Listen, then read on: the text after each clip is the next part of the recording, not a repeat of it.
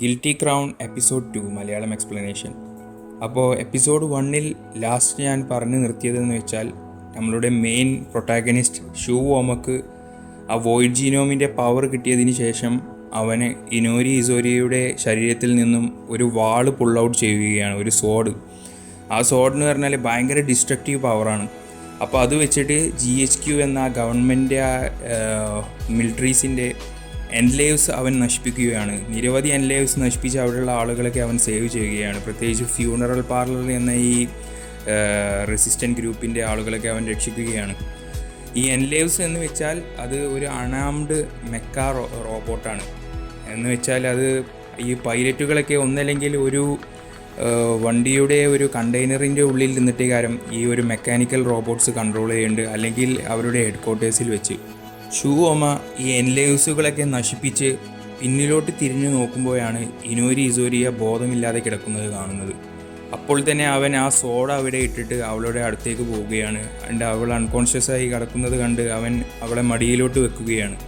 ആ സമയത്താണ് ആ സോഡിൽ എന്തൊക്കെയോ ഒരു മാറ്റങ്ങൾ അവൻ കാണുന്നത്.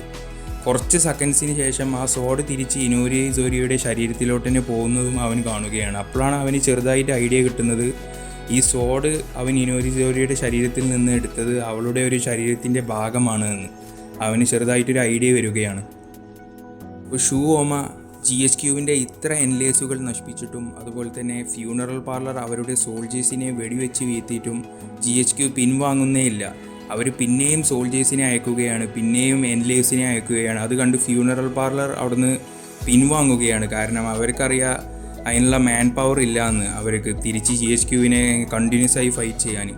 അങ്ങനെ ഇനോരി ഇസോരിയെയും ഷൂ ഓമയെയും ഒക്കെ ഫ്യൂണറൽ പാർലർ കൂട്ടിയിട്ട് അവരെ ഹൈഡൗട്ടിലോട്ട് പോവുകയാണ്. അങ്ങനെ ഫ്യൂണറൽ പാർലറിൻ്റെ എല്ലാ മെമ്പേഴ്സും അവരുടെ ഹൈഡൗട്ടിൽ റീഗ്രൂപ്പ് ചെയ്യുകയാണ്. അങ്ങനെ അവരുടെ ലീഡറായ ഗായ് വന്നിട്ട് എല്ലാവരെയും അപ്രീഷിയേറ്റ് ചെയ്യുകയാണ്. അവരെടുത്ത എഫേർട്ട്, അവരുടെ സാക്രിഫൈസിനെ കുറിച്ച് പറഞ്ഞ് അവരെ മോട്ടിവേഷൻ ചെയ്യുകയാണ്. അങ്ങനെ പ്രത്യേകിച്ച് അവരുടെ എൻലേവിൻ്റെ മെയിൻ പൈലറ്റായ ആയസെ എന്ന് പറഞ്ഞ ഒരു ഗേളുണ്ട്. ആ ഗേളിനെന്ന് വെച്ചാൽ അവരുടെ പകുതി ഭാഗം പാരലൈസ്ഡ് ആണ്. എന്നിട്ടും അവർ റിമോട്ടായിട്ട് ഇത്രയും അഡ്വാൻസ്ഡ് അല്ലാത്ത എൻലേവ്സ് വെച്ചിട്ട് കുറേ മിലിറ്ററീൻ്റെ എൻലേവ്സ് നശിപ്പിച്ചിട്ടുണ്ട്. അതുപോലെ തന്നെ ഇവരെ ഹാക്കറായ സുഗുമി എന്ന് പറഞ്ഞൊരു ചെറിയ പെൺകുട്ടിയുണ്ട്. അത് വൺ ഓഫ് ദി ബെസ്റ്റ് ഹാക്കറാണ്. ഈവൻ മിലിറ്ററിയിലടക്കി അവളെ അത്രയും കഴിവുള്ള ഹാക്കർ ഇല്ല എന്നാണ് പറയുന്നത്. ഇവരൊക്കെ നല്ല അഭിനന്ദിച്ചതിന് ശേഷം ഇനോരി ഇസോരിയെ ഭയങ്കരമായിട്ട് ഗായ് ചീത്ത പറയുകയാണ്. കാരണം അവളുടെ മിഷൻ ഫെയിലായി, GHQവിൻ്റെ കയ്യിൽപ്പെട്ട് മരിക്കുന്ന അവസ്ഥ വരെ എത്തി. പിന്നെ പോരാത്തതിന് വോയിഡ് ജീനോം കൈവിട്ട് പോവുകയും വേറെ ആളുടെ പക്കലെത്തുകയും ചെയ്തു. അപ്പോൾ ഈ ഫ്യൂണറൽ പാർലറിൻ്റെ ലീഡറായ ഗായ് നമ്മളുടെ ഷൂ ഓമയെയും ഇനോരിയെയും ഒരു റൂമിലോട്ട് പ്രൈവറ്റായി സംസാരിക്കാൻ വിളിച്ചു കൊണ്ടുപോവുകയാണ്. അവിടെ വെച്ചിട്ടാണ് ഷൂ ഓമയോട് ഗായ് പറയുന്നത്, ആ പവർ ഓഫ് ദി കിങ്സ് അല്ലെങ്കിൽ ആ വോയിഡ് ജീനോമി എനിക്ക് തരൂ എന്ന്. അപ്പോൾ ഷൂ ഓമ പറയാണ്, അതൊരിക്കലും എനിക്ക് തരാൻ പറ്റില്ല, അത് എൻ്റെ ശരീരത്തിലോട്ട് ലയിച്ച് ചേർന്നു. അപ്പോൾ ഗായിക്ക് അത്രയും ദേഷ്യം കയറി ഇവൻ്റെ കോളറിന് പിടിച്ച് ഇവനെ അങ്ങോട്ട് തള്ളിയിടുകയാണ്. എന്നിട്ട് പറയണം, ആ ശക്തി ഞാൻ ഉപയോഗിക്കേണ്ടതായിരുന്നു, അത് എനിക്ക് പറഞ്ഞ ശക്തിയാണ്, നിനക്ക് എന്തുകൊണ്ടത് കിട്ടിയെന്ന് എനിക്കറിയില്ലാറുണ്ട് ഭയങ്കര ഈഗോ ആയിട്ട് സംസാരിക്കുകയാണ്. അപ്പോൾ ഗായ് പറയാണ്, നീ എന്ത് ചെയ്താലും ഇനിയിപ്പോൾ ആ ശക്തി നിനക്കുള്ളതുകൊണ്ട് നീ ഞങ്ങൾക്കും വേണ്ടി വർക്ക് ചെയ്യണമെന്ന്. അപ്പോൾ ഷൂമ പറയണം, അത് എനിക്ക് ഉറപ്പായിട്ട് പറയാൻ പറ്റില്ല, ഞാൻ നിങ്ങളെ കാര്യങ്ങളൊക്കെ നിരീക്ഷിച്ച് എന്താണെന്ന് അറിഞ്ഞതിന് ശേഷം എനിക്കൊരു തീരുമാനം എടുക്കാൻ പറ്റുള്ളൂ എന്ന് പറയുകയാണ്. GHQവിൻ്റെ 2ാം ലെഫ്റ്റനൻ്റാണ് ഡാരിൽ എന്ന് പറഞ്ഞ ഈ ഒരു പയ്യൻ, ബ്ലോണ്ട് ഹെയറുള്ള.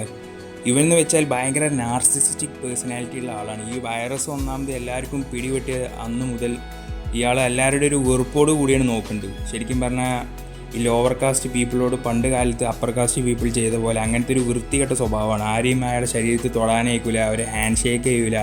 ആരെങ്കിലും അഥവാ ആക്സിഡൻ്റലി അയാളെ തൊട്ട് കഴിഞ്ഞാൽ അവരെ ഭയങ്കരമായിട്ട് ഇയാൾ അറ്റാക്ക് ചെയ്യും. അപ്പോൾ അങ്ങനത്തെ ഒരാളാണ് ഈ ഡാരിൽ എന്ന് പറഞ്ഞാൽ മിലിറ്ററീൻ്റെ ഏറ്റവും വലിയ കമാൻഡറിൻ്റെ മകനാണ്. അതുകൊണ്ട് ഇയാൾക്ക് മാത്രം അഡ്വാൻസ്ഡ് ആയിട്ടുള്ളൊരു എൻലേവ്സ് റിമോട്ടായിട്ട് പൈലറ്റ് ചെയ്യാൻ കൊടുത്തിട്ടുണ്ട്. അപ്പോൾ ആ ഒരു എൻലേവ്സ് ഉള്ളത് കൊണ്ട് ഇയാൾക്ക് ഭയങ്കര സപ്പോർട്ടാണ് എല്ലാ മിലിറ്ററിക്കാരും.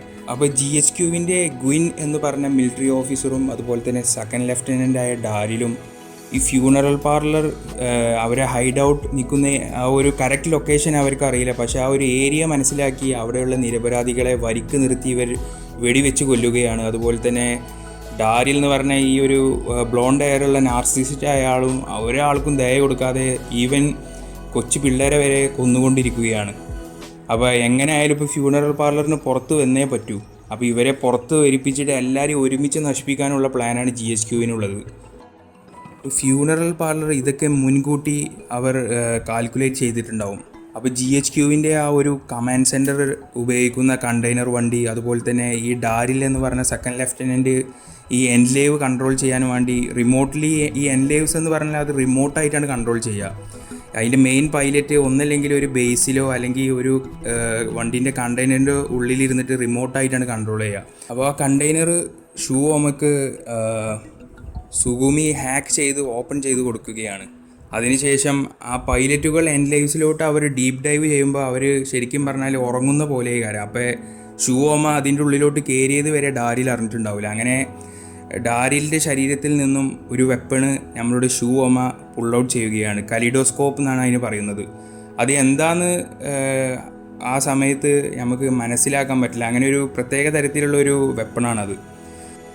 അപ്പോൾ GHQവിൻ്റെ ഈ കമാൻഡിങ് ഓഫീസറായ ഗ്വിന്നിന് അവരുടെ സോൾജേഴ്സ് ഇൻഫർമേഷൻ കൊടുക്കുകയാണ്. ഈ ഫ്യൂണറൽ പാർലറിൻ്റെ മെയിൻ മെമ്പേഴ്സ് എല്ലാവരും പുറത്തോട്ട് വന്നിട്ടുണ്ട് ആളുകളെ രക്ഷിക്കാൻ. പ്രത്യേകിച്ച് അവരുടെ ഗായ് എന്ന് പറഞ്ഞ ലീഡറും പുറത്തോട്ട് വന്നിട്ടുണ്ട്. ആ ഒരു സന്തോഷത്തിൽ ഈ ഗ്വന്ന് എല്ലാവരെയും കൊല്ലാനും വേണ്ടി അവരുടെ ലേസർ ട്രജക്ടറി ഉപയോഗിക്കുകയാണ്. എല്ലാവരെയും എയിം ചെയ്യാനും വേണ്ടി മിസൈൽസും അതുപോലെ തന്നെ ഹെവി ബുള്ളറ്റും ലോഞ്ച് ചെയ്യാൻ വേണ്ടി. അങ്ങനെ അയാളത് പ്രസ് ചെയ്യാൻ നിൽക്കുന്ന ഒരു ഫ്യൂ സെക്കൻഡ്സ് മുമ്പാണ് നമ്മളുടെ ഷൂവോമ ആ കണ്ടെയ്നറിൽ നിന്ന് ചാടിയ കലിഡോസ്കോപ്പ് എന്ന് പറഞ്ഞ വെപ്പൺ യൂസ് ചെയ്യുന്നത്.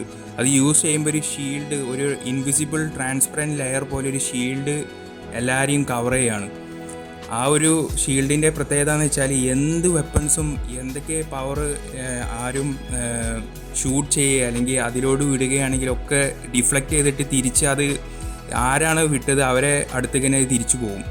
അങ്ങനെ ഇയാൾ ഈ കമാൻഡിങ് ഓഫീസർ ഗ്വിന്ന് ആ മിസൈൽസ് എല്ലാം പ്രസ് ചെയ്ത് കണ്ട് അതെല്ലാം ഷൂട്ട് ചെയ്യും. പക്ഷേ ഈ കലിഡോസ്കോപ്പിൻ്റെ പവർ കൊണ്ട് എല്ലാം തിരിച്ച് ഡിഫ്ലക്റ്റ് ചെയ്തിട്ട് ഈ GHQവിൻ്റെ ഈ മിലിറ്ററി സോൾജേഴ്സും അതുപോലെ തന്നെ ഈ ഗ്വിൻ എന്ന് പറഞ്ഞ ഈ കമാൻഡിങ് ഓഫീസർ നിൽക്കുന്ന ഭാഗത്തോട്ട് മിസൈലെല്ലാം പോയി അവരെല്ലാവരും മരിക്കുകയാണ്, പൊട്ടിത്തെറിച്ച് നശിച്ച്.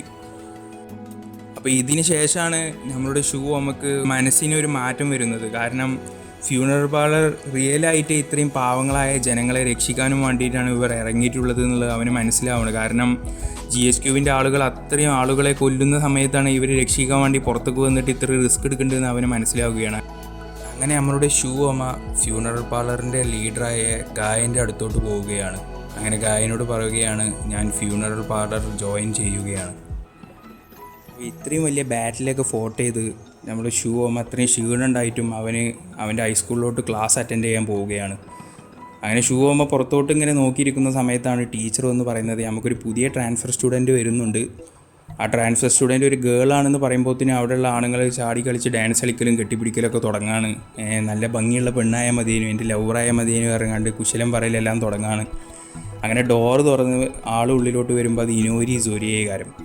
അത് കണ്ട് ഷൂ നെട്ടിയിട്ട് എണീച്ച് നിൽക്കുകയാണ്. അത് കണ്ട് എല്ലാവരും അവനെ ഇങ്ങനെ നോക്കുകയാണ്. അതോടുകൂടി ആ എപ്പിസോഡ് 2 ഇവിടെ ഫുള്ളാവുകയാണ്.